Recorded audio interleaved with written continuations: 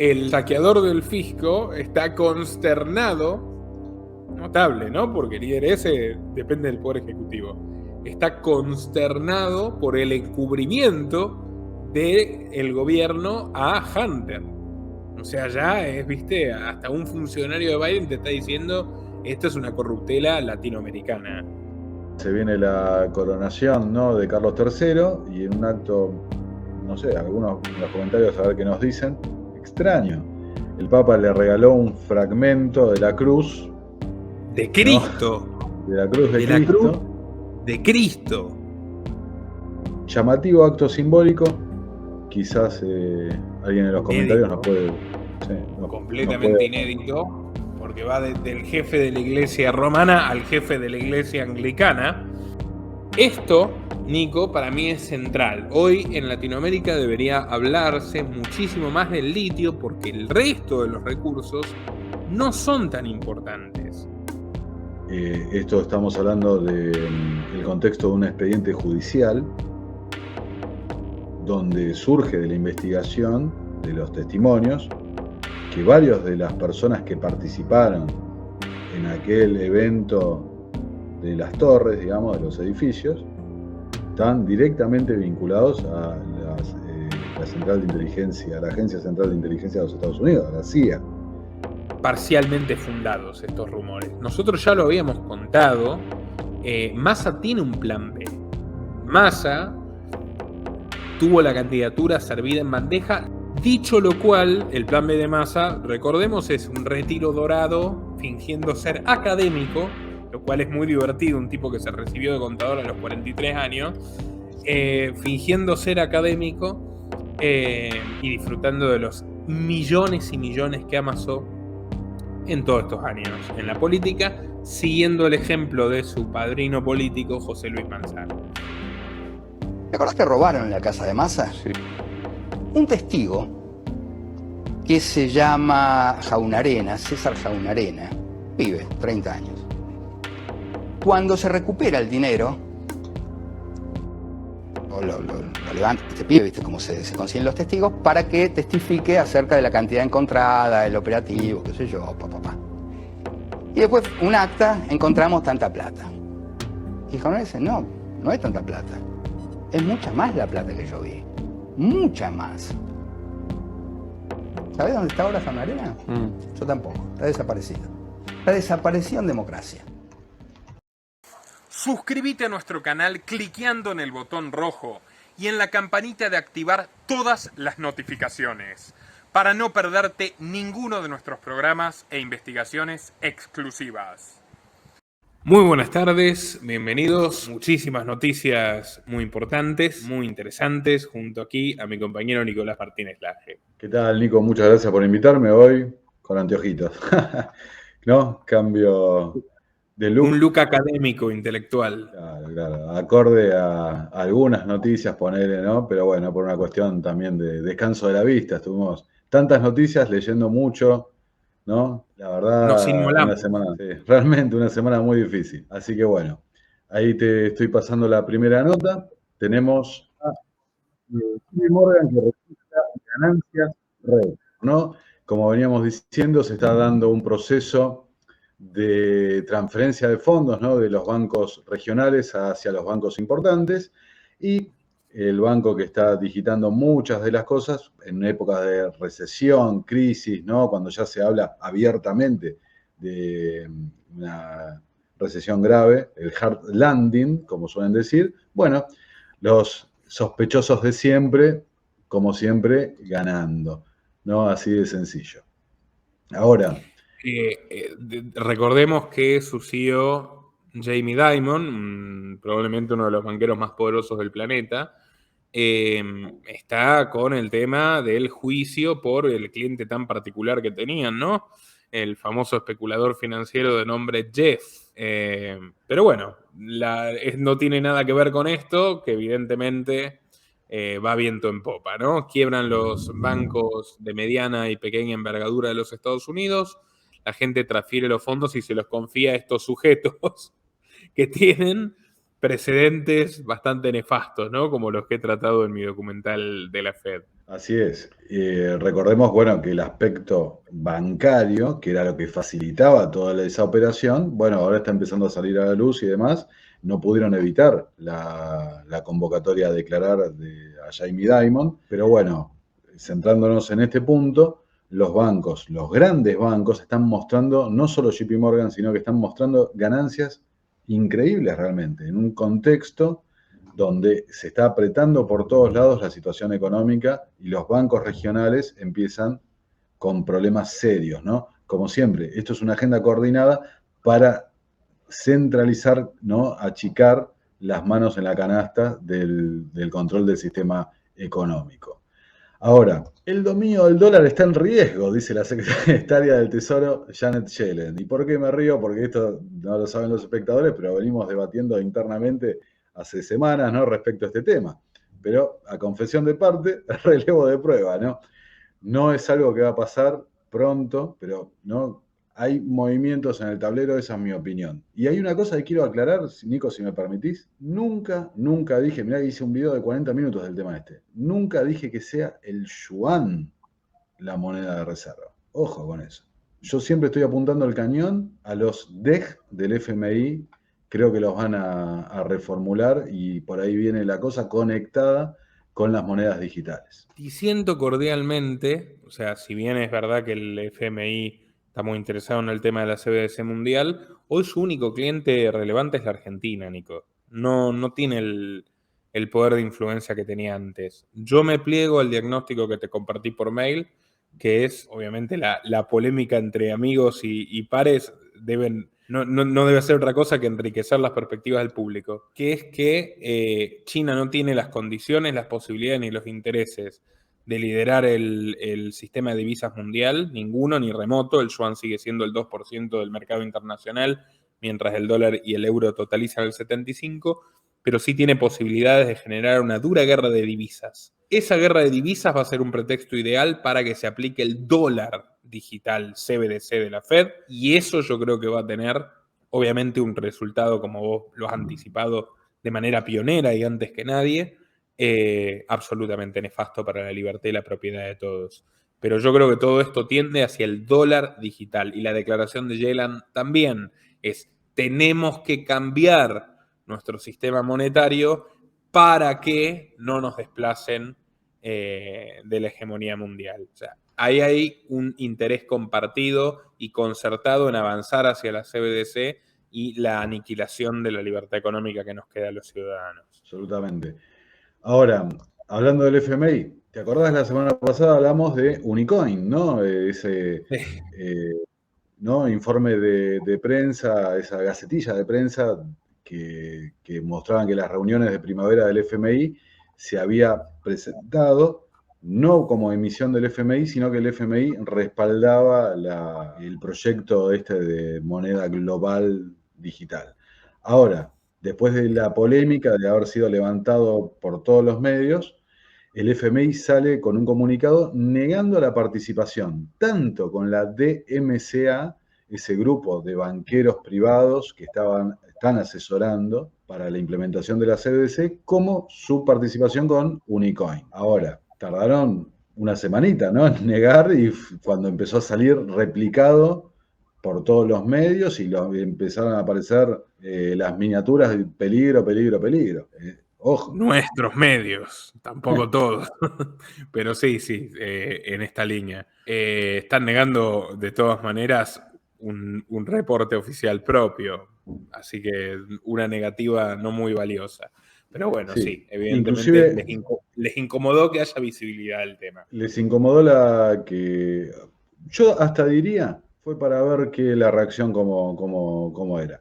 Porque inclusive vos fíjate que en esta negación que hacen, ejemplifican, dicen, que se generó una confusión por la simultaneidad de la reunión y la presentación y esto y lo otro, que se generó una confusión, pero bueno, venimos a aclarar que no tenemos nada que ver.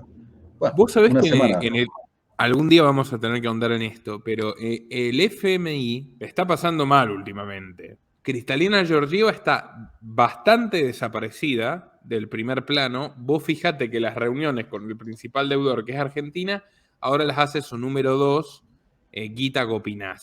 El nivel del debate de las negociaciones es absolutamente asombroso, porque ha trascendido que vos le preguntás a la gente que acompaña a Massa a estos encuentros cómo se da el diálogo con Gita Gopinath y te dicen, muy bien, es una muchacha muy coqueta. Gita Gopinath entró ahí por cupo de género, digamos, no tiene la más remota idea de las cuestiones técnicas concretas del fondo, y Georgieva está bastante preocupada porque le han tirado las orejas por distintas cuestiones. Distintos socios del fondo, los primeros del FMI.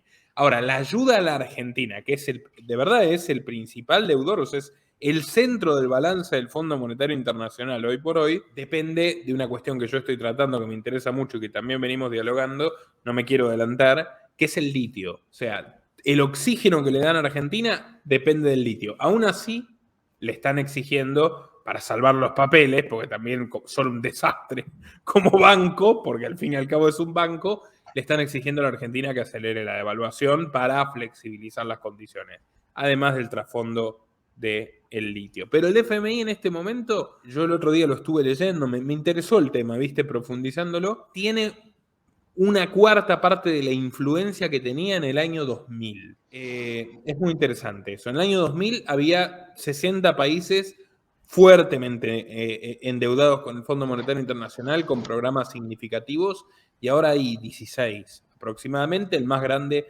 por robo descarado es la Argentina. Así que eso también puede ser un síntoma de una reconfiguración. No puede, es un síntoma, en apoyo de tu tesis, de una reconfiguración económica internacional. Sí, es que el que ha tomado esa posición del mayor acreedor es China, reemplazando al FMI. Sí, se están gestando realmente movimientos bastante sugestivos, bastante significativos. Pero ahora, ya llegaremos más adelante al tema de Argentina. Vos hiciste un video respecto a la decisión de Alberto. El FMI aparentemente tuvo que ver también con esa. Sí, estaban podridos también del jueguito de Alberto y le dijeron a nosotros no, básicamente. Pero todos le dijeron basta.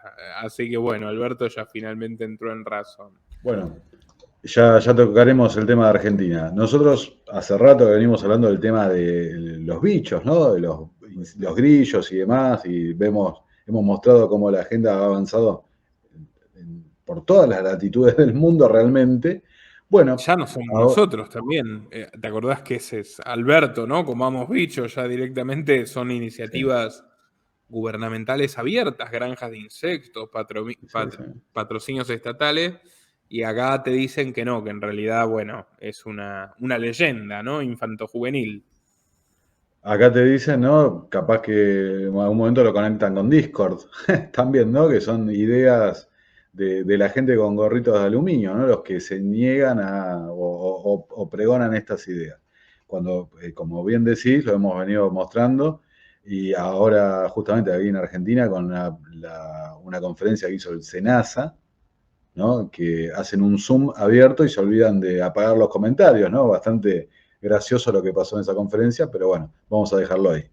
Como al igual que fue con las ciudades de 15 minutos, que cuando lo empezaron los periodistas de verdad a informar, ¿no? De golpe pasó a ser cosa de gorrito de aluminio, ahora te dicen lo mismo. Y así como funciona, te desprestigian para que el público no escuche a la gente que está informando, ¿no? Y no razone, no piense sobre sí mismo, sobre cómo avanza la agenda. Esa es la realidad. Ahora, como para decir el gorrito de aluminio, acá tenés, ¿no? Nueva York, esta semana publican que se centrarán en las opciones de alimentos en su batalla contra el cambio. Ya sabemos, contra las 4 estaciones. Exactamente.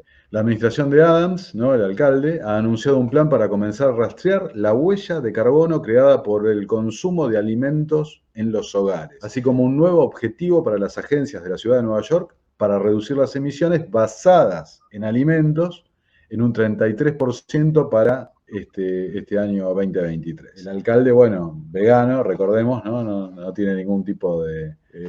no se da los festines que podemos darnos por estas latitudes, por algunos, ¿no? Lo que puedan. Perros, robots e insectos para el pueblo. Sí, sí. Y si recordamos lo que fue, ¿no? Hace unos años, las medidas en Nueva York, bueno, otro problema como California, digamos, ¿no? Pero bueno, así funciona. Ahora, saliendo un poco del tema, tuvimos esta semana la noticia de otro fiasco del señor Musk, ¿no? El cohete de Starship X explota a los 4 minutos del despegue. Por ahí está el videíto, que si querés lo podemos compartir, ¿no? No es necesario. Bueno, Anda a saber si nos desmonetizan por los fracasos de Musk. No, thank you. Ah, Otra ahora- nave que explotó, dejémoslo. Ahora me sorprendió, me causó gracia la imagen de la gente aplaudiendo después de que el cohete volara ¿no? La gente aplaudiendo y la cara de Elon Musk, como de cara de muchacho, ¿qué aplauden? ¿No? O me pareció a mí, que No, pone no, cara está de muy bien. no entiendo qué está pasando acá. Tal ¿no? cual, tal cual. Bueno, creo que es ese instante de lucidez cuando te rodeas de un séquito de incompetentes y te das cuenta que son demasiado incompetentes, ¿no? Demasiado obsecuentes, ¿no? Otro fiasco más, como te acordás que el auto blindado que le tira una piedra y lo parte al medio, ¿te acordás? ¿No? O los robots que no pueden ni agarrar una latita, que no sé. Otro más de este señor, una fabricación total de este hombre, que ya has hecho un documental fantástico realmente sobre su trayectoria. Pero bueno, ahí anda, desperdiciando el dinero de los contribuyentes, porque de ahí sale, ¿no? Hay que ser claro, estas aventuras que luego comparte con el complejo militar industrial. Ahora, Disney, ¿no? Destruye al gobernador de Florida, ¿no? Dice Trump, publica RT, amigos, ¿no? Bueno, amigos del señor de pelos dorados. Ahora, me resulta bastante llamativo, ¿no? Yo tengo la idea, habrá que ver qué pasa, que para mí DeSantis va a ser el candidato republicano. No sé cómo lo ves vos. Me resulta extraña esta, bueno, debe ser por una cuestión electoral, ¿no? El encono, ¿no? Toda la pelea con Disney, que más allá de toda la propaganda woke y esto y lo otro, la verdad que me suena sobreactuación, ¿no? Sobreactuación de DeSantis en modo electoral y demás. A ver, las luchas identitarias son por partida doble. Vos tenés a la progresía con sus tribalismos, género, étnicos, etc.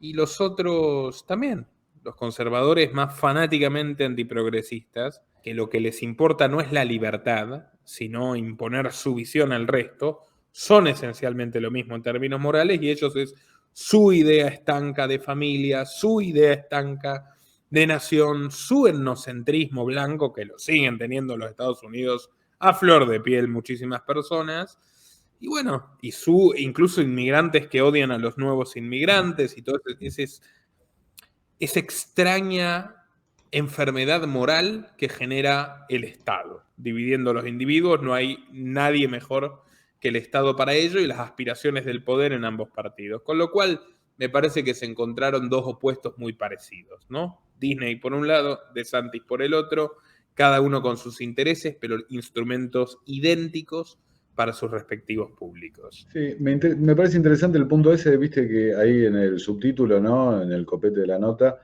estado de autogobierno que tiene Disney ahí en Orlando, digamos. Yo he estado ahí, es así, Disney, Universal Studios también se manejan, es otro país directamente, ¿no? Pero bueno, no creo que lo mismo.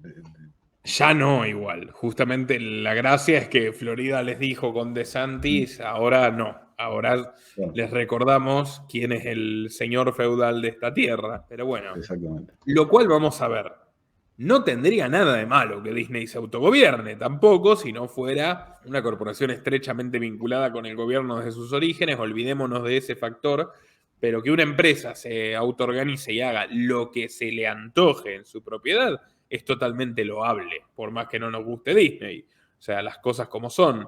Es un gesto autoritario, invasivo y típicamente político ir a aplastarlos con la bota, decir, no, yo mando acá. Absolutamente. Ahora, hablando de esto de las elecciones y demás, tenemos que la Cámara de Representantes del Estado de Washington aprueba un proyecto de ley que autoriza que menores, ¿no?, se vayan a someter ahí a procedimientos, Una digamos. operación, sí. Sí, y no hay necesidad que los padres intervengan, que den el ok, que estén ahí, ni siquiera que sean informados que el menor se presentó para realizar eso. La verdad, me parece que hay que tener algún cuidado con esto. Vos fíjate, acá está un párrafo, una declaración del representante Chris Corry, de representante republicano. Dice: esencialmente lo que haría el proyecto de ley sería, si un niño dejara el hogar de sus padres para recibir cierta atención y fuera a un albergue o una familia de hospedaje, ¿no? Atención No médica, estaría, sí. exacto, Ese ese albergue o albergue, familia anfitriona no estaría obligado a notificar a los padres sobre el paradero de su hijo. Acá surge una nueva figura bastante demencial. O sea, básicamente un chico de 10 años, 12 años, puede ir a la casa de un completo extraño al que lo asigne el Estado, Dios mío, para poder concretar su castración, por ejemplo. Bueno, y que los padres no se enteren. Ya es un nivel superior de aquella polémica española del PIN parental, donde el Estado decía, los padres no son dueños de los hijos, nosotros lo somos, ¿no? Era el mensaje subyacente. Acá está bien explícito, ¿no? Bien plasmado en la práctica. ¿Qué más tenemos, Nico? Porque tenemos muchísimas y muy tenemos buenas muchísimas. noticias que van escalando, así que atentos, muchachos, y quédense hasta el final. Bueno, ¿te acordás los leaks del Pentágono, ¿no? Discord, que antes mencioné. Bueno, el ex CIA Larry Johnson hace toda una declaración bastante interesante con algunos puntos explicando, según su visión de ex CIA, por qué esta filtración es una operación justamente de desinformación. Ahora, curiosamente, vos fíjate, uno de los puntos que dice es que se habla de cientos de documentos y, sin embargo, en las redes no han aparecido esos cientos de documentos. Han aparecido hasta el día de la fecha, creo que 50 y pico. Sin embargo, ¿no?, los nuevos documentos salen directamente en medios mainstream. No aparecen en las redes. Lo que apoyaría la versión, digamos, que defiende el señor Johnson, inclusive como ex operativo de la CIA, ¿no? Para tener en cuenta. Ahora, siguiendo con filtraciones y problemas, ¿no?, judiciales, tenemos un empleado, ¿no?, del IRS, el Servicio Interno de Impuestos, la AFIP, ¿no?, el recaudador norteamericano, quien está dispuesto a hablar ante el Congreso para presentar las pruebas en contra del presidente actual, el señor Hunter Biden, ¿no? Las ¿Te pruebas acordás que te pasé la nota de Wall Street Journal que el saqueador del fisco está consternado, notable, ¿no? Porque el IRS depende del Poder Ejecutivo, está consternado por el encubrimiento del gobierno a Hunter. O sea, ya es, viste, hasta un funcionario de Biden te está diciendo, esto es una corruptela latinoamericana. Están hablando de más de un año sin avances en la investigación, pese a estar, según este empleado del IRS, acreditado varias de las maniobras delictivas del señor Hunter, que bueno, también otra persona que has hecho un documental fantástico, que tiene realmente un placar lleno, ¿no? Cargado de todo, ¿no? De cuerpos, digamos.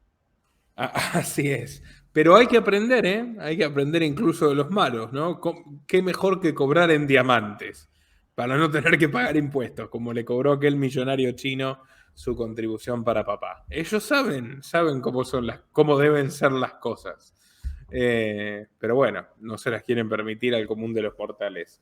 ¿Qué más tenemos, Nico? Bueno, creo que esto ha causado bastante conmoción. Sí. Y aclaremos que esto es Fox News, cualquier problema vayan a reclamárselo a ellos, que tienen el canal verificado, reconocido como un gran medio de comunicación oficial, y no se enojen con nosotros, estimados censores. Es oro, bueno, indescriptible. Así de claro, ¿no? Nuevas recomendaciones de las Naciones Unidas, ¿no? Apoyan, digamos, que se despenalice cualquier tipo de De intercambio vínculo, entre la vínculos. gente sabe leer. Baja un Exactamente. poquito para revisar el cuerpo del texto. Dice, la conducta que involucra a personas por debajo de la edad, ¿no? Dice que puede ser consensuada de hecho, sino de derecho. ¿Entendés? Entonces el punto principal es ese, de tratar de, digamos, despenalizar cualquier tipo de actividad. El problema es que, bueno, y cuando hablas de menores, ¿de qué edad hablas? Y esto y Exactamente, eso. porque no somos puritanos que le estemos negando a un chico de 16 años o una muchacha de 16 acostarse con quien quiera. Ahora, una línea general es arbitraria y todo lo que queramos, pero a ver, en última instancia, todos estaremos de acuerdo que un niño de 7 años no está en condiciones de elegir, pero parece que la ONU no. Eso es, o sea, ya el nivel de aberración que expresan es extremo. O sea, no les interesa Sí, salvar la cara. a mí me parece también importante resaltar, porque es un tema de debate, ¿no? Porque alguna vez le han criticado mucho a Rothbard por este punto, ¿no? Respecto a los menores. Y la verdad que yo creo que hay un argumento bastante interesante por ahí, de que depende del caso específico y las circunstancias y esto y lo otro, ¿no?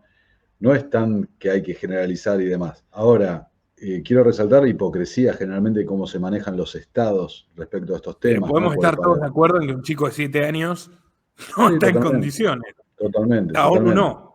Escapa del Ahora, sentido común colectivo. sí, yo me refiero a casos, no sé, 16, 15, lo que sea, Sí, ¿no? sí, por supuesto. El tema es ese, ¿no? Cómo establecer una línea y demás, o cómo verlo. Pero por eso creo que es el caso concreto. Pero lo que decía, ¿no? Resaltar la hipocresía de los estados muchas veces respecto al tema de los menores, porque para votar no tienen problema, ¿viste? Para participar del circo Sí, y cada después vez en para Argentina tomar hace una cerveza. muchísimos años que lo habilitaron para los 16, pero sin embargo no podés abrir un negocio. Exactamente. No Yo me podés fui tomar una cerveza. yo me fui de la casa familiar y a buscarme la vida y yo a los 16, a los 15 años, al poco cumplí 16. Y yo choqué con todas las arbitrariedades nefastas del sistema, que te quieren obligar a ir a la escuela aunque no quieras, que no te dejan trabajar y le complican la vida a cualquiera que te tome. Entonces yo proveía, hacía diseño web, publicidad, etcétera, todo era muchísimo más difícil. Te obligaban a mentir la edad en un montón de cosas porque eras un esclavo, menos que un ciudadano de segunda. Todo en el nombre de tu protección. Pero ahora te dicen, bueno, todavía es así el régimen de minoría de edad. A los 16 años no puedes hacer prácticamente nada, sos propiedad compartida entre tus padres y el Estado, las dos cosas están mal, pero a los 7 podés acostarte con quien quieras. Es una locura, es absolutamente delirante, no, es una incongruencia orwelliana, lo cual te demuestra que el fondo de la cuestión es arruinemos completamente a las personas de cuanto más jóvenes mejor, ¿no? O sea, esa es la premisa fundante. Sí, también coincido. También hay un punto, la intromisión, ¿no? Del poder político en las decisiones sobre uno mismo, ¿no? Digamos, meterse en todos lados. El tema, viste, de vuelta, justamente yo no soy un puritano, claramente, pero el rol de la familia y viste, antes dijiste lo del PIN parental ahí en España, que realmente tenía mucho que ver los padres. ¿Por qué no van a tener una palabra respecto a la educación que le brindan a los hijos y demás? Pero bueno, es una tendencia que se multiplica. Ahora, Debilitar a los cuerpos intermedios de la sociedad para facilitar el dominio del Estado sobre los súbditos. Es algo que no ignora absolutamente. nadie. O sea, los regímenes comunistas que buscaban la delación de los hijos a los padres, el nazismo en la misma sintonía, es un instrumento clásico prefigurado en el mundo feliz de Huxley antes de que ocurra activamente en los regímenes comunista y nazi, que te acordás que directamente la dictadura científica no permitía que existan los padres porque los niños nacían en probeta, eran separados en castas desde que nacían y eran básicamente criados y administrados hasta su muerte por el Estado.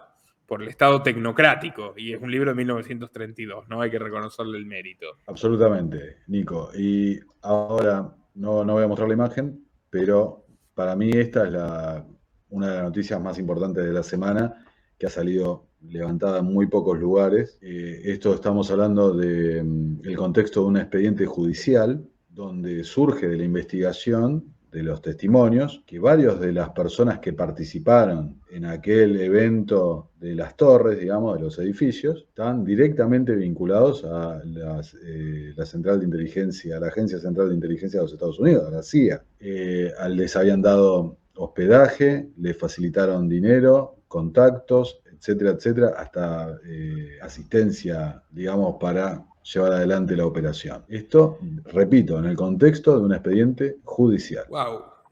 Igual yo tuve un documental que llegó al 500.000 de visitas. Lamentablemente ya está disponible solo para quienes me apoyan en Patreon.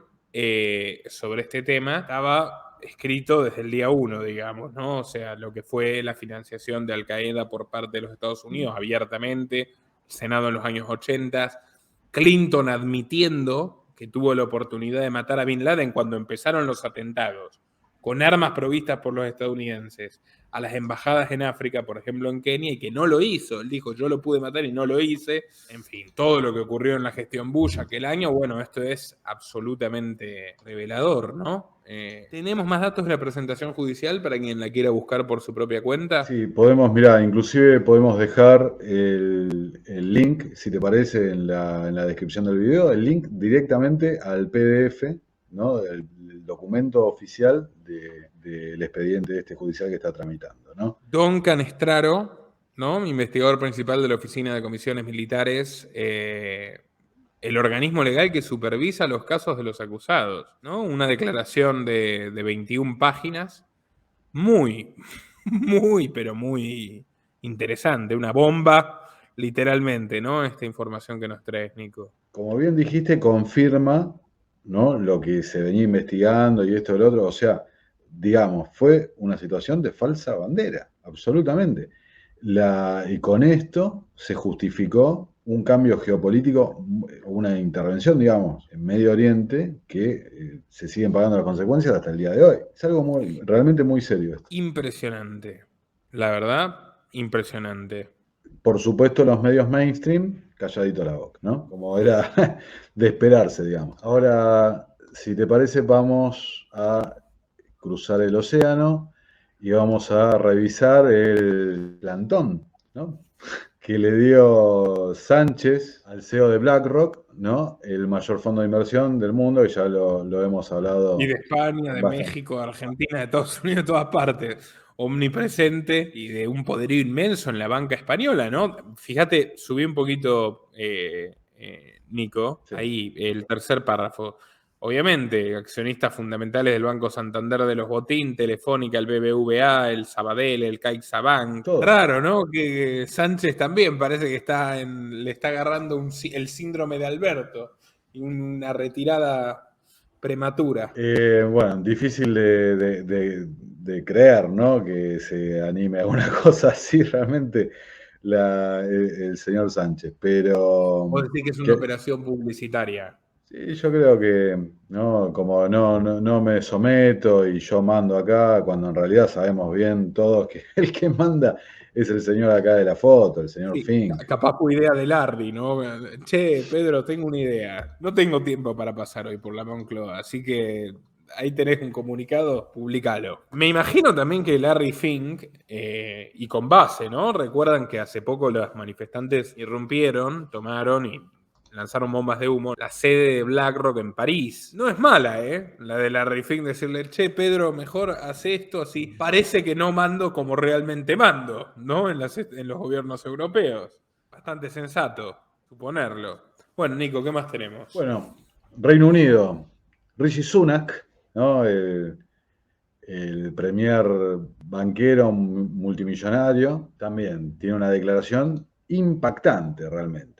Revolucionaria. El 100% de las mujeres no cuentan con órgano masculino. Sí, con el hot dog, no sé cómo decirlo en YouTube friendly, pero revolucionario realmente. Rishi Sunak, que interpelado en el contexto, ¿no?, también de empezar a reconstruir un poco el electorado, ¿no?, tiene esta declaración. Igual, Nico, Aunque, sí. no menospreciemos el punto de que en Inglaterra, que ha sido un país pionero, mira, Inglaterra empezó con estas leyes feministas de prohibirle a los hombres la entrada al hogar con una mera denuncia sin ninguna prueba. Se crearon hogares para mujeres, después eso se modificó y la primera mujer que tuvo la red de hogares precisamente y que luego el siguiente paso fue echar a los hombres de sus casas, en muchos casos siendo inocentes y sin respetar ninguna presunción, se convirtió en una acérrima crítica del tema. No tengo el nombre ahora en la cabeza, seguramente alguien lo recordará, lo puedo dejar en los comentarios, de esta señora, que es una especialista en ayudar a las mujeres que sufrían violencia doméstica y que dijo, bueno, este sistema es completamente corrosivo y monstruoso, ¿no? El que inauguró el feminismo identitario en Inglaterra. Pero en Inglaterra también fue un país pionero en Europa de esta cuestión con las clínicas Tavistock. Creo que alguna vez lo mencionamos. Las clínicas Tavistock, que estaban centradas en niños y adolescentes, muchas veces con problemas del espectro autista, como lo suelen definir, etcétera, a los que los convertían en niñas como solución para sus problemas, o niñas en niños, comillas. Y recientemente saltó a la luz una investigación sobre los estragos emocionales, físicos y psicológicos que causaron en estas personas que ya son adultas y que están haciendo demandas millonarias al Estado británico por haberlo permitido. Han obligado a que esta clínica de Tavistock, famoso instituto de manipulación psicológica también, ¿no?, que esta era una rama médica, pero famoso instituto de manipulación psicológica que fue dirigido por el sobrino de Sigmund Freud, que cierren las puertas. Se empujaron a Tavistock, a la clínica, a cerrar las puertas. Y el gobierno inglés fue condenado a indemnizar. Entonces, también hay que leer esto en las declaraciones de Sunak, porque Inglaterra está empezando a revertir lo que se acaba de aprobar ahora en Washington, porque las consecuencias fueron catastróficas y les toca el bolsillo a los políticos. Dato no menor. Absolutamente. Ahora, Alemania, la semana pasada cerraron, hace unos días nomás, cerraron las últimas 3 plantas nucleares que tenía. Bueno, E.ON, uno de los principales generadores eléctricos, ya avisó que subirá los precios de la energía un 45% después del cierre de las 3 últimas centrales nucleares. Ya Alemania no tiene más energía nuclear. 45% de aumento en la boleta de la energía. Prepárense, ¿no?, para lo que viene. El suicidio de Europa, ¿no? Capítulo 9937. Y ya la señora von der Leyen, ¿no?, nos avisa, ¿no? Prepárense porque esto recién empieza con los problemas de los bancos y, como dijimos con la primera nota, el JP Morgan, esa transferencia de fondos que se está dando de los bancos medianos, regionales, hacia los gigantes, concentrando. Bueno, ya avisan que se viene en Europa movimientos en este sentido, en esta línea. Y esto viene relacionado, fíjate, con el establecimiento, con la propuesta de establecer un fondo de garantía común europeo para los depósitos, que es un punto clave, recordaremos, ¿no?, recordarán la respuesta de la Fed ante la caída de Silicon Valley Bank, ¿no?, que primero dijeron, bueno, vamos a cubrir todos los depósitos del sistema, lo que constituía prácticamente una nacionalización de los depósitos bancarios, en la práctica, ¿no? Atentos con esto. Bruselas se prepara para una caída de bancos medianos, regionales, en el continente europeo. Grave la situación a futuro, más cuando vemos que los precios de la energía se disparan y la locomotora europea, Alemania, no va más. Será una locomotora, no sé, a remos. Ya no va a ser la energía nuclear, digamos. Ahora, esta semana tuvimos una situación en Europa con el grano ucraniano. Nosotros hemos hablado bastante del tema de la crisis alimentaria. Recordará alguno aquellas declaraciones de Alberto Fernández, ¿no? Se viene una gran hambruna. Bueno, resulta que ese grano ucraniano, que no cumple con las legislaciones, con las regulaciones europeas respecto a pesticidas y esto y lo otro. Sí.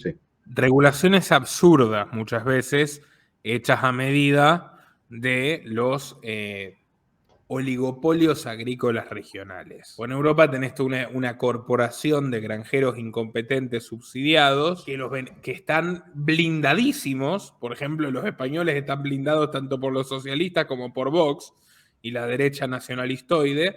En Francia también por todo el espectro, o sea, Le Pen, Macron, nunca les entra una bala a los tipos que te venden sus productos a precios astronómicos, pero el gobierno los subsidia de manera brutal y, bueno, los venden monopólicamente. Así que no confiaría mucho en las absurdas regulaciones de la Unión Europea. Sí.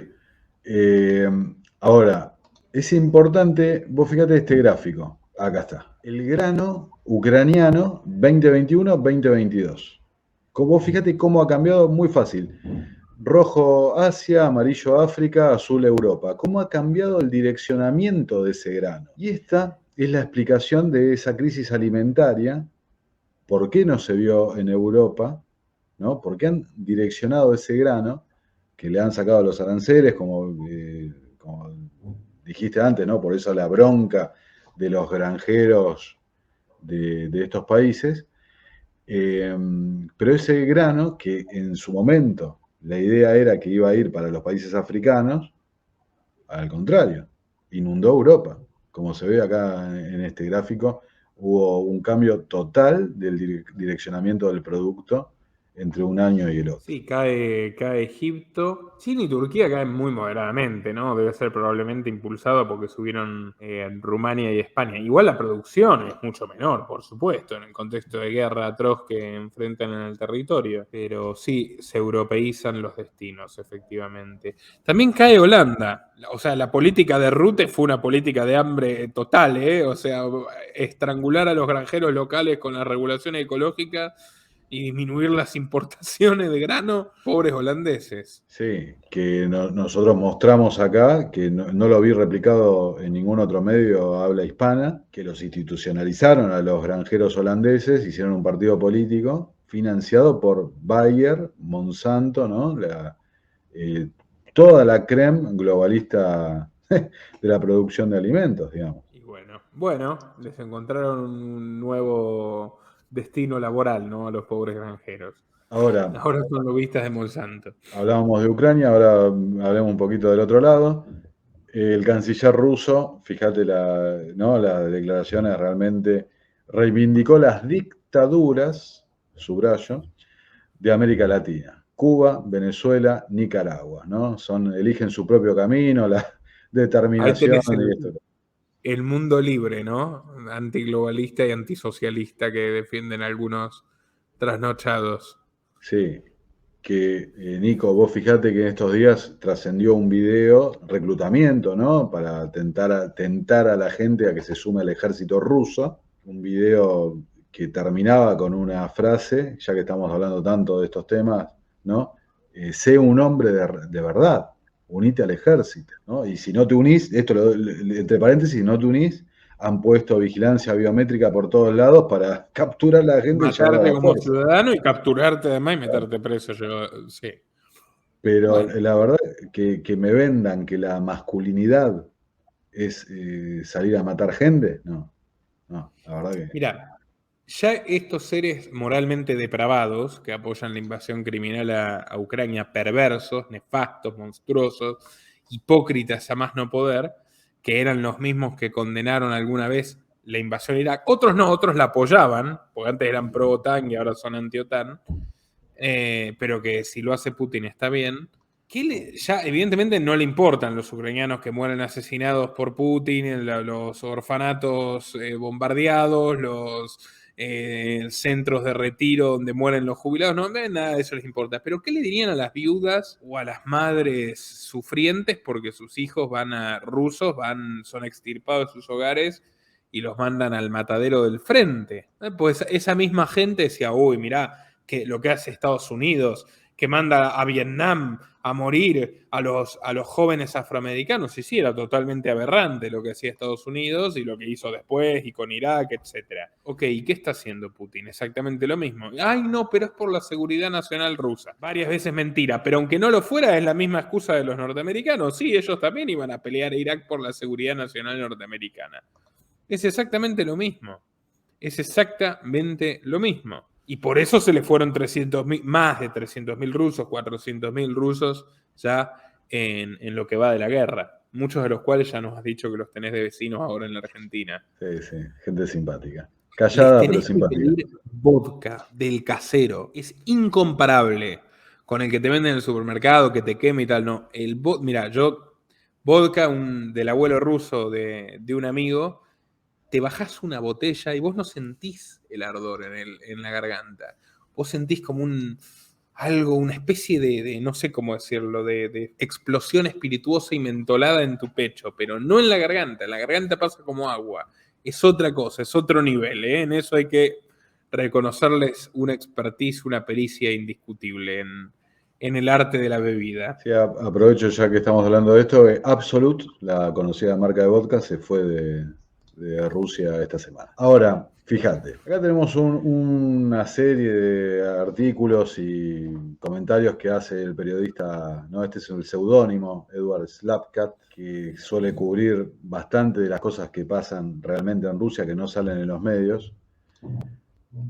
Nos trae un artículo que se publicó el 14 de abril con declaraciones del CEO, ¿no?, del grupo Wagner, Yevgeny Prigozhin, ¿no?, el grupo Wagner, los mercenarios que están peleando ahí en el frente.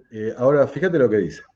El papel estratégico de Bakhmut, que es la parte más cruenta de la guerra que se está llevando a cabo adelante, no es tan grande. La captura de Bakhmut en sí misma no garantizará una victoria a corto plazo sobre Ucrania, el camino hacia el Dnieper o incluso la captura del Donbass. Estados Unidos no necesita una guerra rápida.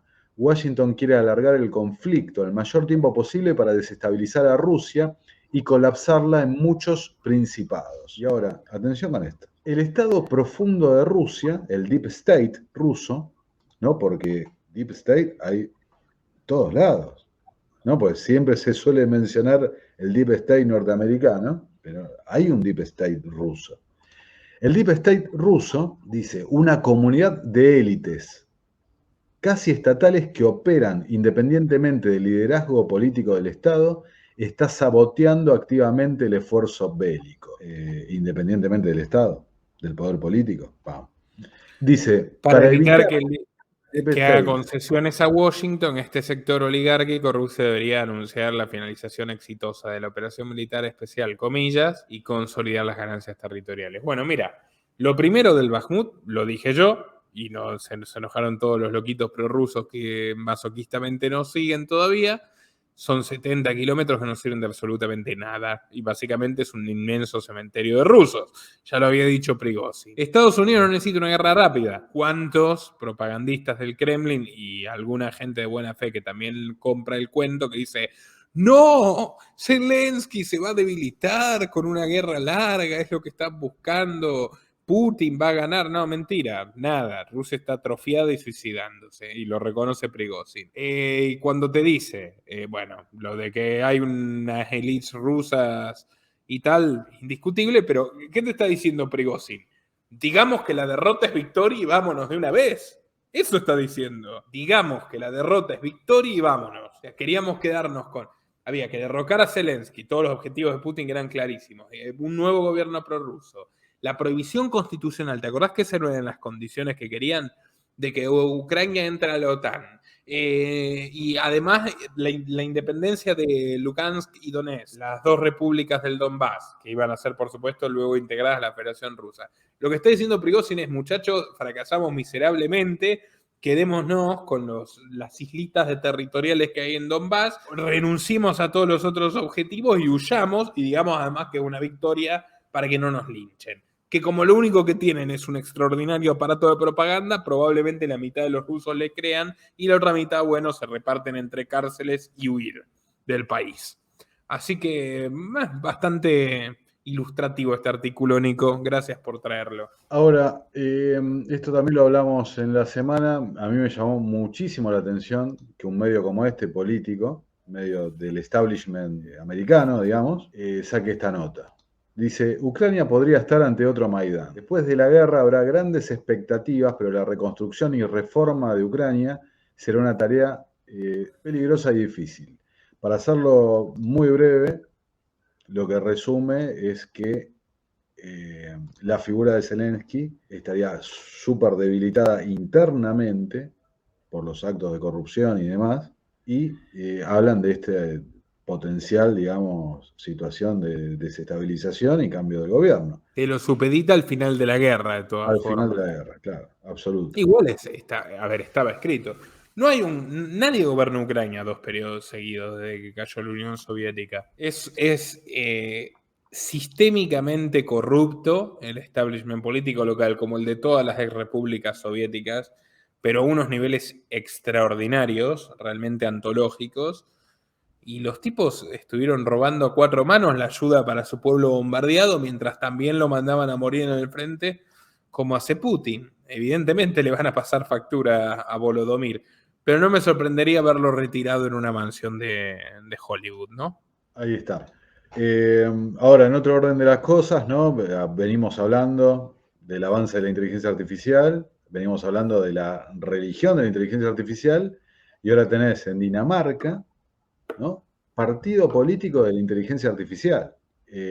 Mirá, dice, el partido sintético en Dinamarca, cuyo representante y líder es un chatbot, ¿no? ChatGPT, ponele.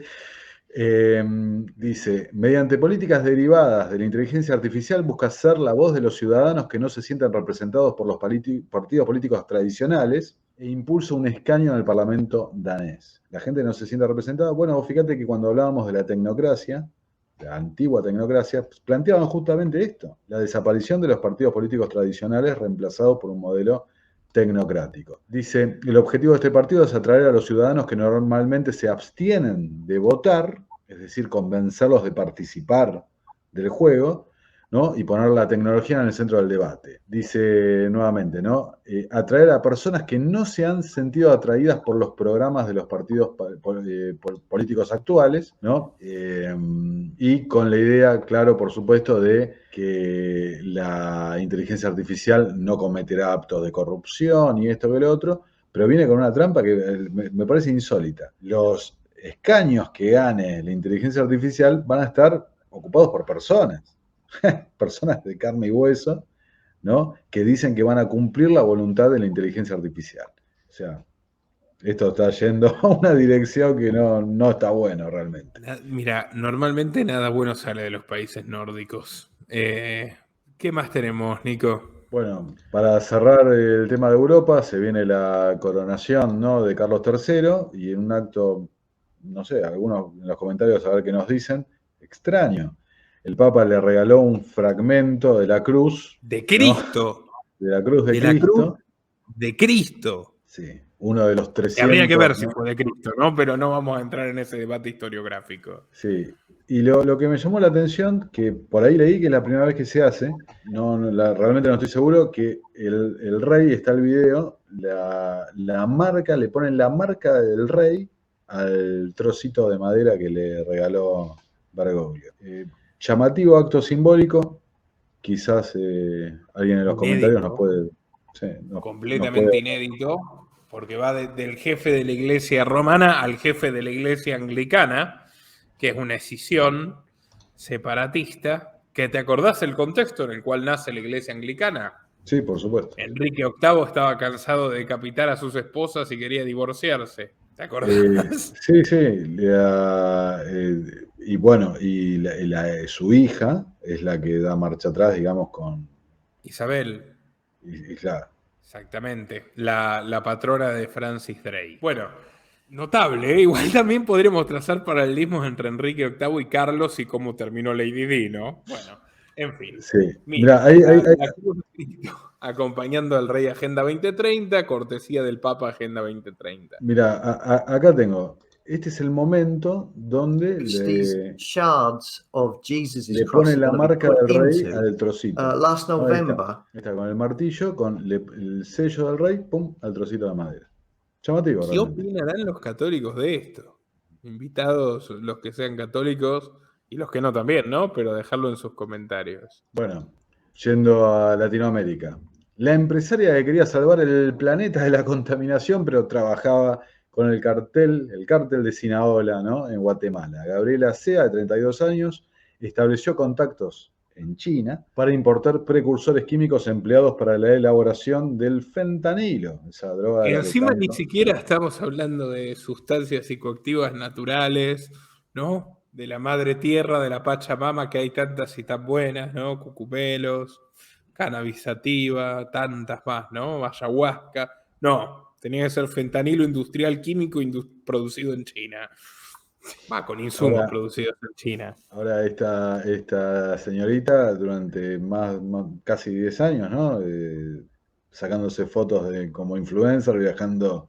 Acá estoy con mis amigos del laboratorio de Breaking Bad. ¿No? El- Una zarina ¿no? narcoecológica. Pero bueno, estaba cuidando el planeta, ¿no? Por supuesto. Apostó al desarrollo sostenible. Bueno, Las cosas como son. y hablando de sostenibilidad, ¿no? Vos fijate, Chile, que ahora vamos a hablar un poquito, si te parece, de la nacionalización del litio, ¿no? La Deutsche Welle publica: el proyecto de la minera Anglo American Sur requiere una inversión de 3.000 millones de dólares, generará 2.500 empleos y es rechazado por organizaciones ambientalistas, pero el gobierno tiene interés justamente en que avancen este tipo de proyectos, ya que la minería está tomando un rol clave en un contexto geopolítico internacional.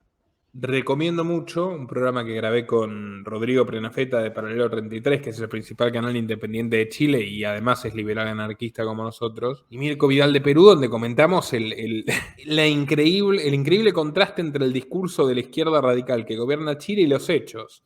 En los hechos son fieles lacayos de los Estados Unidos en materia de política exterior. Están militarizando la frontera con Bolivia, llevando la atención a grados inéditos de dos países que supieron estar en guerra. De hecho, Chile estuvo en guerra prácticamente con todos los vecinos y no lo estuvo con Argentina por poquito, y la intervención de Juan Pablo II en aquel entonces. Y le están dando rienda suelta a la policía para disparar a diestra y siniestra cualquier cosa que le parezca vagamente molesta, ¿no? A los carabineros. Eso lo está haciendo el gobierno de izquierda radical. Lo cual tampoco es tan paradójico, ¿no? Es distinto a su discurso, porque es el gobierno que vino votado por quienes iban a enfrentarse a la policía en las protestas masivas, y bastante vandálicas muchas de ellas, pero en la práctica se parece un poquito más a la gestión de seguridad interior, comillas, de Venezuela. Bueno, esto, Nico, para mí es central. Hoy en Latinoamérica debería hablarse muchísimo más del litio porque el resto de los recursos no son tan importantes. En una época de hambruna casi planificada y de crisis alimentarias masivas, las materias primas que tradicionalmente exportaron países como Colombia o como la Argentina y tantos otros no son tan importantes. Lo mismo, a ver, bueno, hay todo un trasfondo con este tema, pero hoy el petróleo venezolano hace ya 8 o 9 años que no vale lo que valía a principios de la década, está clarísimo, no es un insumo tan importante. En cambio, el litio es por lejos lo más estratégico. Lo dijo una y otra vez la generala Laura Richardson, que vino concretamente a Argentina la semana pasada, que es la mayor preocupación de seguridad nacional de Estados Unidos, es el tema del litio, y lo venimos hablando muy profusamente contigo. Si podés volver a lo de Boric, la cosa es así. Hasta 2020, el 80% de las reservas conocidas de litio a nivel mundial estaban en América Latina, en el triángulo de la frontera norte de Argentina con las fronteras norte de Chile y el suroeste boliviano. Hoy son el 66, porque hubo descubrimientos importantes en muchos otros lugares, entre otros México. Pero el punto es que este mineral, que es absolutamente estratégico para las baterías de los teléfonos, las computadoras, todos los dispositivos electrónicos, y además también para la quimera de los autos eléctricos, es crucial en lo que refiere a la batalla geopolítica en América Latina. Hasta el año pasado, China era el principal comprador del litio de todos estos países. En el caso de Argentina, representaba el 61, creo que el 61 o el 65, no recuerdo bien, por ciento del mercado de las compras de exportaciones de litio, y hay muchas mineras chinas operando en Jujuy. Bueno, los norteamericanos se están ocupando proactivamente de esto. La visita de Richardson se produce en ese contexto. Las negociaciones con el Fondo Monetario Internacional pasan por ahí. La recepción de Biden a Alberto, que lo recibió en la Casa Blanca después de 3 años rogándole de rodillas, tienen mucho que ver con eso. Y hoy el balance es totalmente distinto. Los principales compradores de litio argentino pasaron a ser Estados Unidos y Japón, que hace un mes suscribieron un acuerdo estratégico sobre este mineral en concreto contra China. No pueden buscar el acuerdo que suscribieron Estados Unidos y Japón, y desplazaron como comprador de litio argentino a China. ¿Qué pasó en México, el patio de atrás de Estados Unidos? En Sonora y en varios estados del norte, donde hay muy importantes reservas de litio, lo estaban explotando empresas chinas e incluso alguna que otra compañía rusa, además de las tradicionales mineras canadienses y norteamericanas que operan mayormente para los intereses de Washington. Entonces, en México, López Obrador estatiza, en realidad nacionaliza el litio y echa a los chinos entregándole el mercado servido en bandeja a Estados Unidos, en consonancia con la llegada de Elon Musk, que es un obsesivo del litio, pues lo necesita mucho para Tesla y en general ha apostado históricamente a este mineral, y su desembarco en México, que ahora puso fábricas, etc.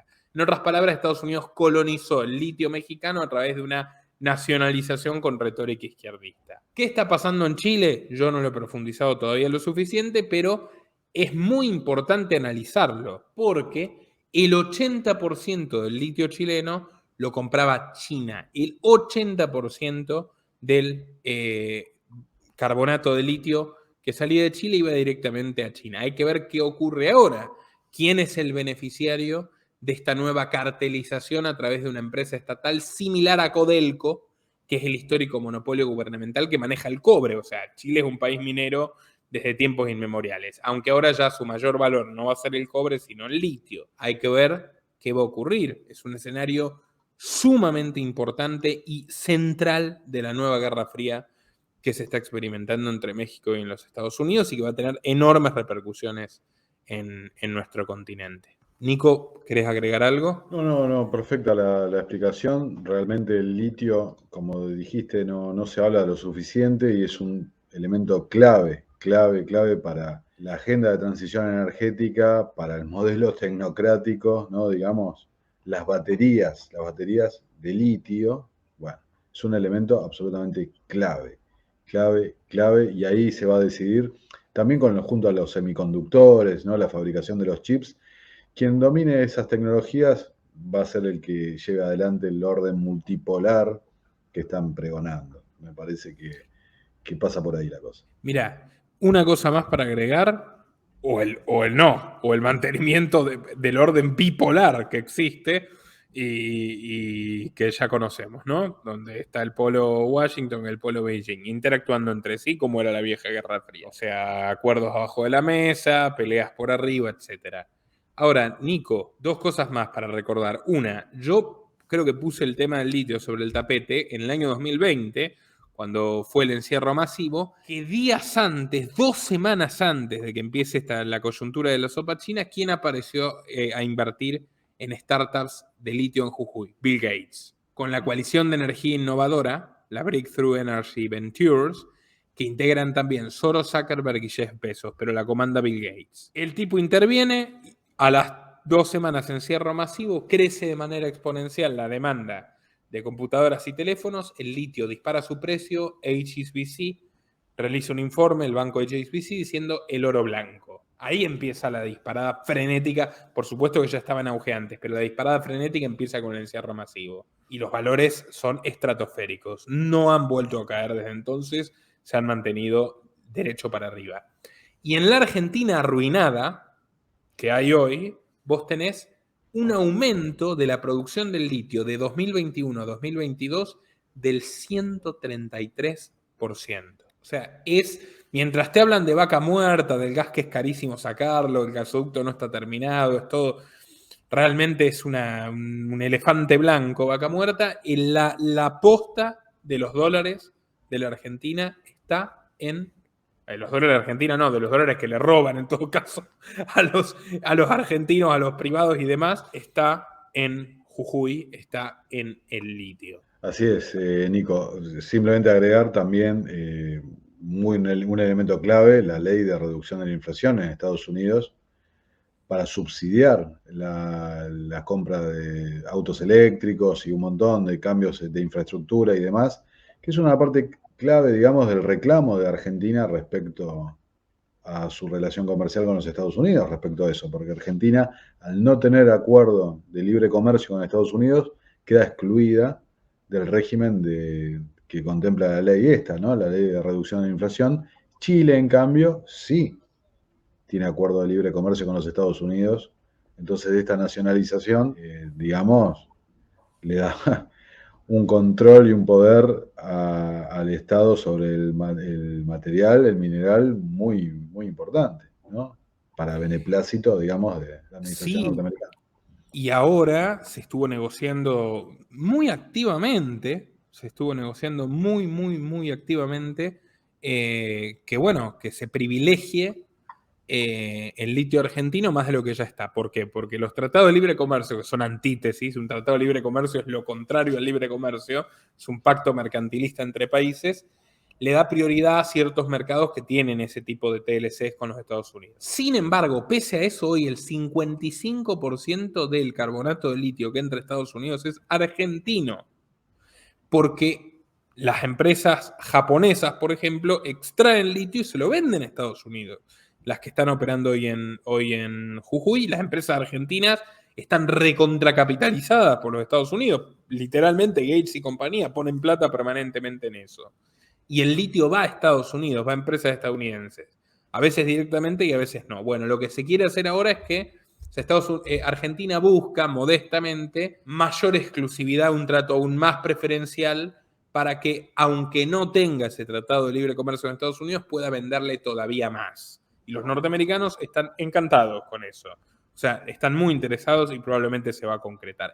Y eso va a determinar que la Argentina siga, y lo digo abiertamente, siga completamente alineada con el eje de Washington en materia política, pese a lo que significa China en este país, que es muchísimo, en nuestro país, que es el mayor comprador de materias primas, que tiene el swing con el Banco Central, que tiene los yuanes ahí, todo lo que ya sabemos, la base aeroespacial de Neuquén, los norteamericanos van a seguir con la batuta en lo que refiere a la Argentina por el tema del litio. Desde mi punto de vista, están jugando de manera muy inteligente esta batalla energética en América Latina, o minera, si querés, lo podemos especificar como minero.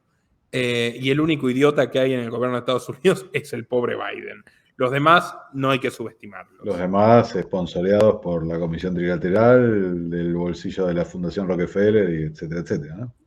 Pero por supuesto, y que le abren las puertas 14 veces en 2 años de la Casa Blanca a Alex Soros, que no creo que haya ido a ver al abuelo Biden, ¿no? Debe haber ido a visitar a alguien más competente. Sí, no registré si lo mencionaste, pero los mismos pasos de México, ¿no? Nacionalizando también el recurso, ¿no? Quizás sí, esas reuniones, claro, quizás esas reuniones que hacían por WhatsApp y esto que lo otro para cómo combatir la inflación, en realidad era cómo nos alineamos con la política de estos recursos, ¿no? Los recursos naturales. Efectivamente. Y no hay que subestimar que Morales, que era un sátrapa, y el tipo que está ahora, que fue su ministro de Economía, es todavía peor, Luis Arce, pero Morales cae por un tema relacionado al litio, que te acordás que está este famoso tuit de Elon Musk. Apoyando el golpe de Estado. No, apoyando no, reivindicando que hicieron el golpe de Estado, y le dice, y le contesta a alguien que se queja, le dice, y haremos todos los golpes que tengamos que hacer. Punto. Sí. Es notable. ¿Y qué pasó en Perú? Otro gran reservorio de litio. Bueno, la inexplicable caída de Castillo, el inexplicable suicidio de Castillo con su autogolpe estilo fujimorista. Y ahora hay una mujer de Davos a cargo de Perú. O sea, es muy interesante lo que pasa en torno al litio, y por supuesto es algo que no vas a encontrar fácil no vas a encontrar directamente leyendo La Nación, Cronista, Ámbito Financiero, el Folia de Sao Paulo, el Mercurio, La Estafeta o el Comercio de Perú. Así que bienvenidos los que quieran darle seguimiento al tema a nuestras tertulias semanales. Bueno. Sí, simplemente agregar una cosa, ¿no? De ahí busqué rápido la noticia, pero Estados Unidos también vinculado, la desestabilización de Perú. No supone gran novedad. Por el cobre ocurrió el derrocamiento de Allende, no porque era un comunista repugnante, expropiador de tierras, absolutamente nefasto, que alentaba guerrillas asesinas. No, fue por el cobre y por tocarle el bolsillo a los Rockefeller, que ocurrió el golpe del 73, lo cual narra, bueno, lo tengo ahí en uno de los libros de Rothbard, narra muy bien, de manera sucinta pero clarísima, Murray Rothbard, en Wall Street y política exterior norteamericana. Sí, Así que bueno. Es un muy buen punto, ¿no? Porque escondido detrás de eslóganes buenistas siempre es un conflicto monetario por recursos naturales y demás. Todas las intervenciones han tenido un carácter económico. Lo disfrazan de argumentos, la democracia y esto, y ayudemos a los niños, qué sé yo. Bueno, Estados Unidos, John Kirby, el portavoz del Consejo de Seguridad Nacional, dijo que Brasil repite como un loro la propaganda de Rusia y China sobre que Estados Unidos incentiva la guerra en Ucrania. ¿No? Acusa a Estados Unidos, a Brasil, de repetir propaganda rusa y China sobre Ucrania. Vos me habías comentado también, off the record, que había cierta desilusión, ¿no? Para calificarlo de alguna forma, del PCC de China respecto a la tibieza a las declaraciones de Lula, ¿no? Sí, y de todos los fanáticos del este fantasma imaginario de los BRICS, que no son más que los amigos de China. Lula, que recibió a Lavrov, el canciller ruso, que generó este tirón de oreja de los norteamericanos después de que lo recibieron como si fuera un prócer progre en la Casa Blanca y que estuvo reunido horas con Biden. Lula fue a China y en lugar de volver con un anuncio diciendo, no permitimos que los norteamericanos se metan en nuestra política exterior o algo mínimamente pro-alternativo y multilateral, apenas consiguieron una negociación de algunos acuerdos comerciales y volvió con el rabo entre las patas. Y no solo volvió con el rabo entre las patas, Lula, muy asustado porque depende tanto de más de Estados Unidos que de China. Fíjate esta noticia, ahora partió rápidamente a Europa, le dijo a su canciller Celso Amorim que cambie el chip de prorruso a protan y rápidamente fue a Europa agachando la cabeza a visitar a los amigos. No vayan a creer que Brasil ahora integra el eje del mal, así que una plasticidad, una duplicidad envidiable, la del señor Lula da Silva, ¿no? No, yo no lo contaría como un aliado estratégico si fuera Xi Jinping. Esto es increíble. Esto es absolutamente increíble. Por favor, miren, lo levanta Infobae. No es ningún sitio ultraderechista ni nada por el estilo. Esto es asombroso, realmente. Dice el título, ¿no? Renunció el jefe de seguridad presidencial de Brasil por un video que muestra que les abrió las puertas, ¿no? A los violentos, a los manifestantes, el 8 de enero, ¿no? Imágenes que remiten directamente a aquellas que se han visto de la situación del Capitolio, ¿no? Como pasen muchachos que esto es para ustedes, ¿no?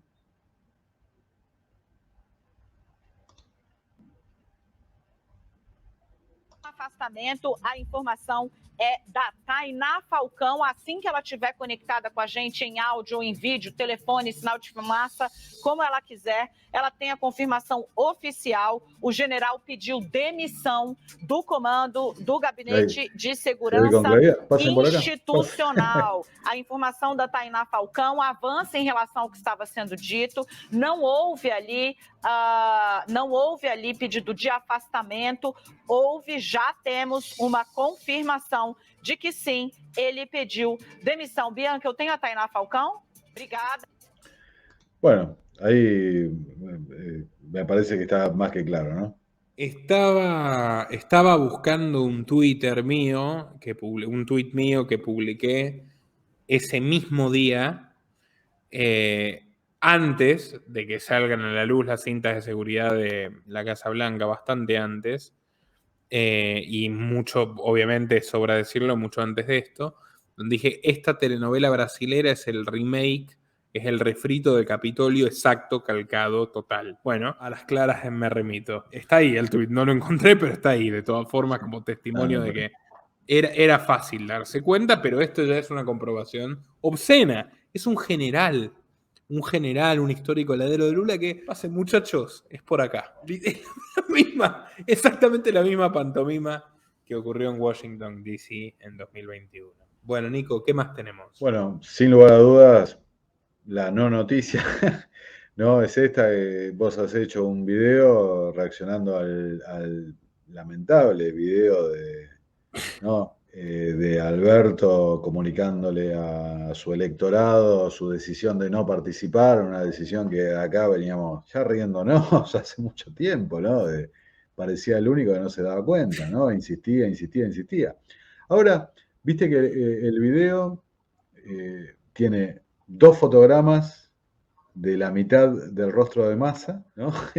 Y capaz que alguno tiene 5 segundos de la espalda de Cristina y después al final ahí sí se ve un poquito.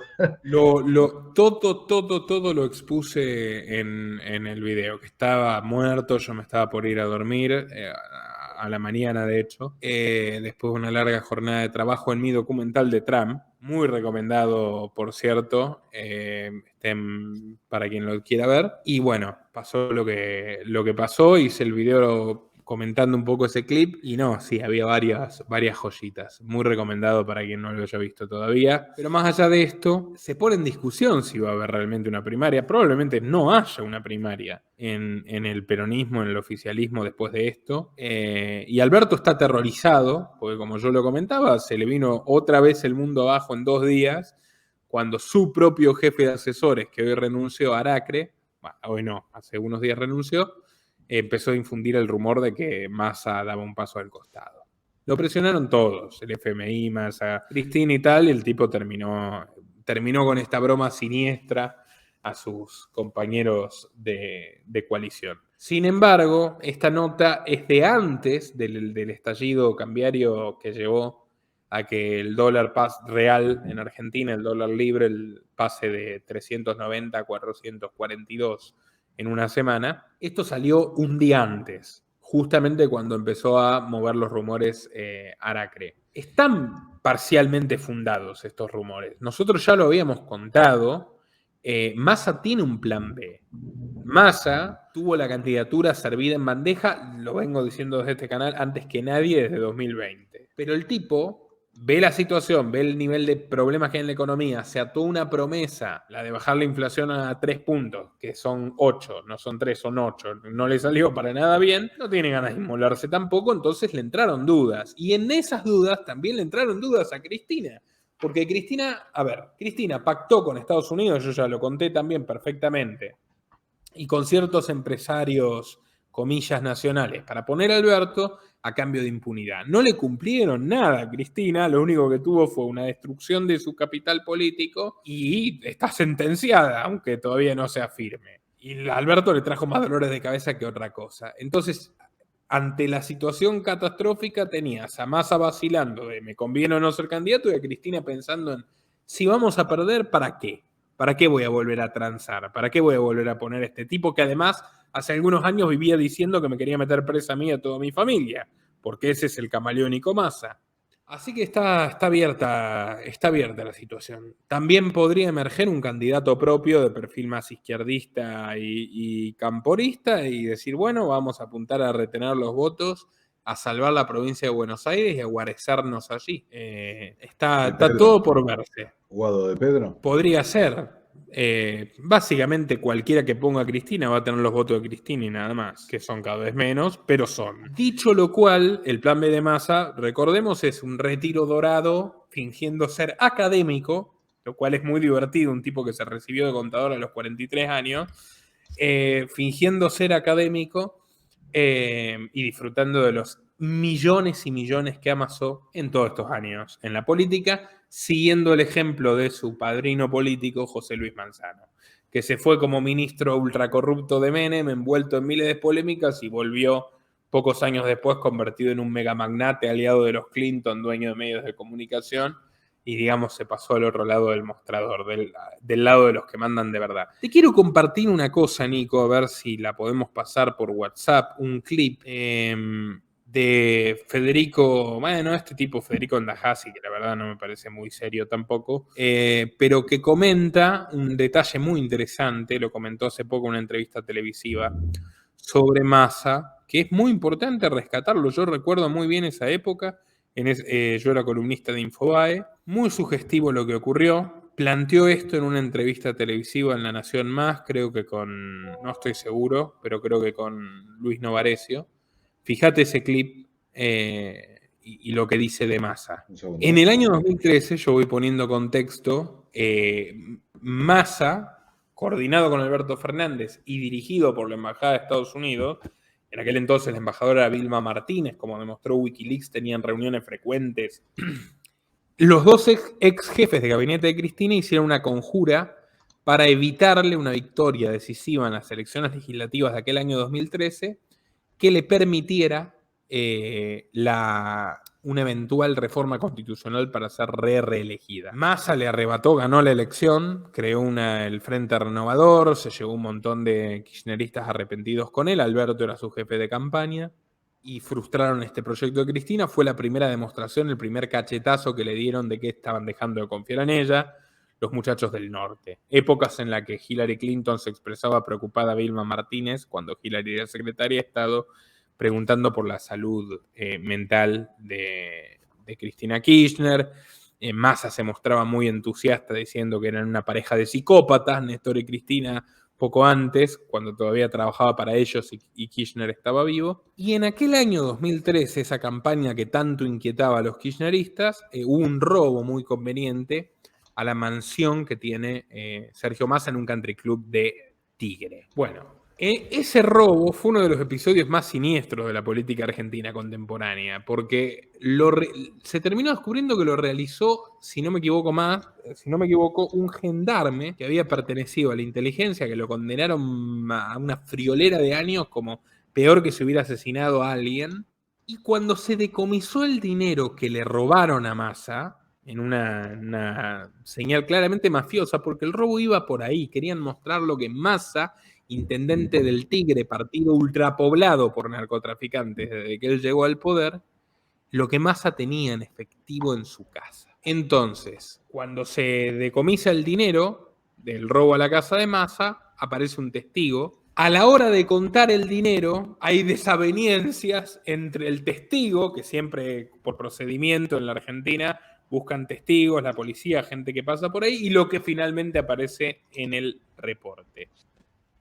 ¿Te acordás que robaron en la casa de Massa? Sí. Un testigo que se llama Jaunarena, César Jaunarena, vive 30 años.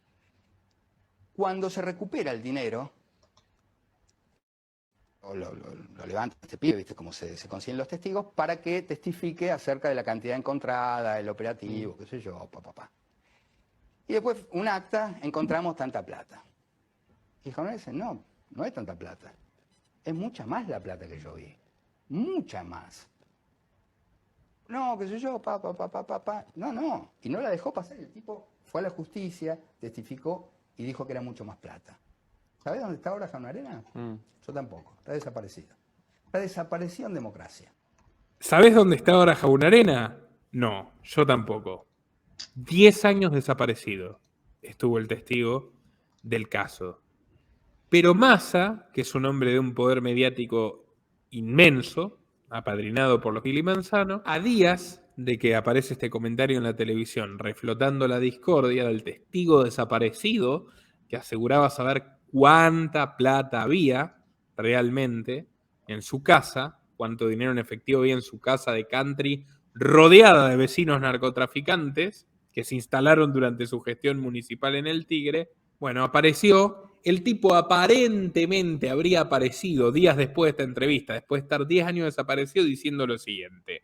César Jaunarena, que todo este tiempo estuvo en una pequeña localidad de Misiones donde no existe internet y a menudo no hay energía eléctrica, que por eso nunca volvió a aparecer en sus redes sociales y no tenía señal de celular y por eso lo dieron por desaparecido y nunca más nadie supo nada de él. Ahora, ¿cómo se supone que se expresó este hombre? ¿Cómo se supone que se expresó este hombre? A través de una llamada telefónica a un abogado. O sea, todo viene por el lado de un abogado al que él llamó telefónicamente diciéndole: yo en realidad estoy vivo, estoy aquí, estoy en Misiones. No se sabe absolutamente nada más del sujeto y llevan 10 años buscándolo, entre comillas, sin encontrarlo, para que le brinde más precisiones a la justicia. Bueno, habrá que ver qué sucede, qué nuevas noticias hay de este muchacho presuntamente vivo, según esta misteriosa llamada telefónica, pero es un culebrón, pero digno de Hollywood. Bueno, en fin, ¿qué más? ¿Tenemos algo más para la edición de hoy, Nico? Sí, Bueno. para ir terminando, bueno, antes mencionaste el tema del tipo de cambio, también hubo una fuga de depósitos en dólares bastante considerable. En los últimos 30 días salieron más de 500 millones de dólares de depósitos de bancos privados. Se agrava seriamente la situación económica de la Argentina, el Titanic que venimos anunciando hace bastante, ¿no? Nosotros y otros colegas, economistas y demás. Bueno, está realmente cierto. Mientras tanto, esta semana copó, digamos, los medios el foro de Bariloche, ¿no? Con el círculo rojo. Bastante interesante la lista de empresarios, ¿no? Eduardo Elstein, aquel que si vos buscás dueño de la Argentina en internet, te aparece la foto del señor Elstein, del grupo IRSA. Gran terrateniente, ¿no? El grupo IRSA y demás. Marcos Galperín, de Mercado Libre, Socio de Bulgeroni. Toro en la Argentina. Elstein se enriquece drásticamente en una visita que realiza a Nueva York por intermedio de familiares. Se integra con la orden judía ortodoxa peculiar, porque no son los judíos ortodoxos admirables que defienden a los palestinos y se oponen al sionismo, no, sino están dedicados a los negocios en Estados Unidos, que es la Jabal Lubavitch, con la cual también estuvo vinculado Jeffrey, por cierto. Toca sus puertas y por distintas cuestiones termina en la oficina de Soros. Se convierte en un amigo, él mismo lo cuenta, cómo Soros confió en él, le dio un préstamo millonario y al final, en los 90, en el 97, terminan comprando el banco hipotecario. Una privatización menemista, el banco hipotecario, con el cual hacen todo tipo de desmanes Soros y Elstein abiertamente. ¿Sabés quién era el jefe de la mesa de dinero, siempre medio clandestina, que manejaba el banco hipotecario? Bueno, el jefe era un ex concejal de la ciudad de Buenos Aires que eligieron para tal fin, Carlos Maslatón. Ah, ¿lo sabían? Bueno. Y después comienza a comprar tierras masivamente. Adecoagro, me acuerdo, en una de sus empresas junto a Soros y se convierte en el mayor terrateniente de la Argentina. Tiene cientos de miles de hectáreas. Eduardo Elstein, que fue tesorero, vicepresidente y jefe del directorio, y sigue integrándolo, del Congreso Judío Mundial, en los tiempos de Edgar Bronfman, que fue uno de los hombres que hizo rico a Jeffrey también, ¿no? Y lo encumbró en el mundo de la política, de la destilería canadiense Seagram, Edgar Bronfman. Bueno, Elstein organiza en el Yao Yao, que es suyo, junto a los Bertain, que son los dueños de Telecom, otro de los clanes que domina la Argentina, anualmente esta reunión donde disciplinan a los políticos de acuerdo a sus intereses. Y no fue nadie del oficialismo, lo cual ya demuestra hasta qué punto le han bajado el dedo por completo. Alberto, hasta última hora, escucha esto, hasta última hora estuvo con que iba a asistir, hasta hicieron las pruebas telefónicas de conexión con la Casa Rosada y después estaba muy angustiado, muy, muy alicaído, muy derrotista con esta cuestión que evidentemente ya sabía de que se bajaba de manera definitiva y dijo no. Con lo cual, por primera vez en 23 años que se hace esta reunión, no hay un representante del partido de gobierno. En cambio, sí estuvieron Larreta, Bullrich y Milei, que habría que ver cómo será, ¿no? Esa interacción persona a persona entre Milei y Larreta. Bueno, sí, quiero agregar que ese videíto que pasó Alberto, evidentemente tiene algunos días de producción, ¿no? No fue algo intempestivo. Para redondear el tema, el foro de Yao Yao, ahí en Bariloche, como bien dijiste, pasó Patricia Bullrich, pasó Horacio Rodríguez Larreta, pasó Javier Milei. Después se hicieron distintas encuestas a ver qué le había parecido a los empresarios, ¿no? Realmente todas operadas esas encuestas, porque en una daba Larreta, otro Bullrich. Sí me quedo, bueno, con esta declaración, ¿no? Que dice La Nación, que tiene intereses respecto al macrismo, ¿no? Podemos decir. Dice, en el círculo rojo la presentación de Milei no conformó, dijeron que se centró solo en temas económicos y dio explicaciones académicas a cada pregunta. Parecía que quería ser candidato a ministro de Economía, no a presidente, ¿no? Dice, él va a 2.000 kilómetros por hora y es difícil sacarlo de ahí. Y acá publicaron, ¿no?, estas facilitaciones a la prensa, ¿no?, de los apuntes del expositor. Ahora, pasaron los 3 candidatos con más chances, ¿no?, de ir al balotaje. El oficialismo, como dijimos, está en ascuas. Veremos quién será el candidato. Lo cierto que la crisis se agrava y parecería que ya no hay posibilidades de ir tirando para adelante la bomba, ¿no? Parecería que ser cuestión de meses, días, que finalmente se venga el final, ¿no? La crisis grave que venimos anunciando. Ahora, mientras tanto, Argentina vive en una crisis grave igual, ¿no? Pero sí, la detonación definitiva. Sí, te quería compartir esto, ¿no? Para ir cerrando con un poco de humor. Mientras tanto, los periodistas, no sé cómo denominarlo, de argentinos, te explican cómo desacelerar la inflación. Fíjate. Esto, ¿no? Para tratar de no emitir desde el Banco Central, fueron a comprar billetes de 1.000 pesos a otro lado. ¿Pero para qué? ¿Qué cambia? Que si vos emitís desde acá, esto se supone que te genera inflación. Bueno, o sea, justamente para eso, para tratar de mitigar la inflación, fueron a comprarlos a otro lado. Solo por la razón inflación. Y básicamente. Pero te sale más caro comprarlos de afuera. Cada billete de 1.000 pesos te sale más caro. Bueno, todo tiene su contrapartida. Esto, ¿no? Para ¿No? tratar... Ahí los periodistas te explican que si la emisión la hacen en otro lugar, no trae inflación acá. Y bueno, ¿no? A ver, ponelo de vuelta, por favor, ponelo de vuelta. Esto, ¿no? Para tratar de no emitir desde el Banco Central, fueron a comprar billetes de 1.000 pesos a otro lado. ¿Pero para qué? Listo. ¿Qué cambia? Si vos emitís desde Tengo un acá... soundtrack.